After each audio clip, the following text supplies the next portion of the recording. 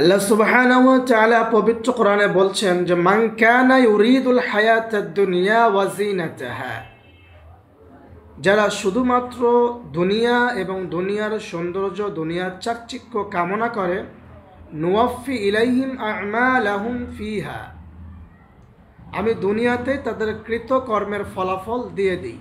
ওয়াহুম ফিহা লা ইউবখাসুন, আর এই ব্যাপারে তাদেরকে কম দেওয়া হবে না।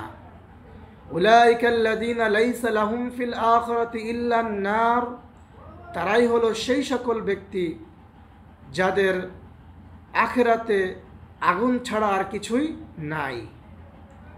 ওয়া হাবিতা মা সানাউ ফিহা, তারা সেখানে জানতে পারবে তাদের দুনিয়াতে যা কিছু তারা বানিয়েছিল সব ব্যর্থ হয়েছে।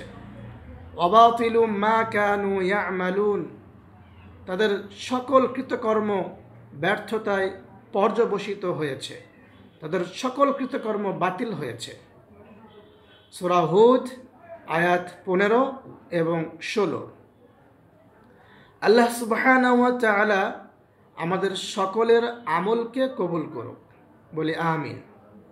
তাই আসুন আমাদের প্রতিটি কথা, প্রতিটি কর্ম যেন একমাত্র আল্লাহ সুবহানাহু ওয়া তাআলাকে রাজি খুশি করার জন্যই হয়। যদি হয় তাহলে আমরা দুনিয়া এবং আখিরাতে উভয় জায়গায় কি আমরা সফল হব। আসসালামু আলাইকুম ওয়া রাহমাতুল্লাহ।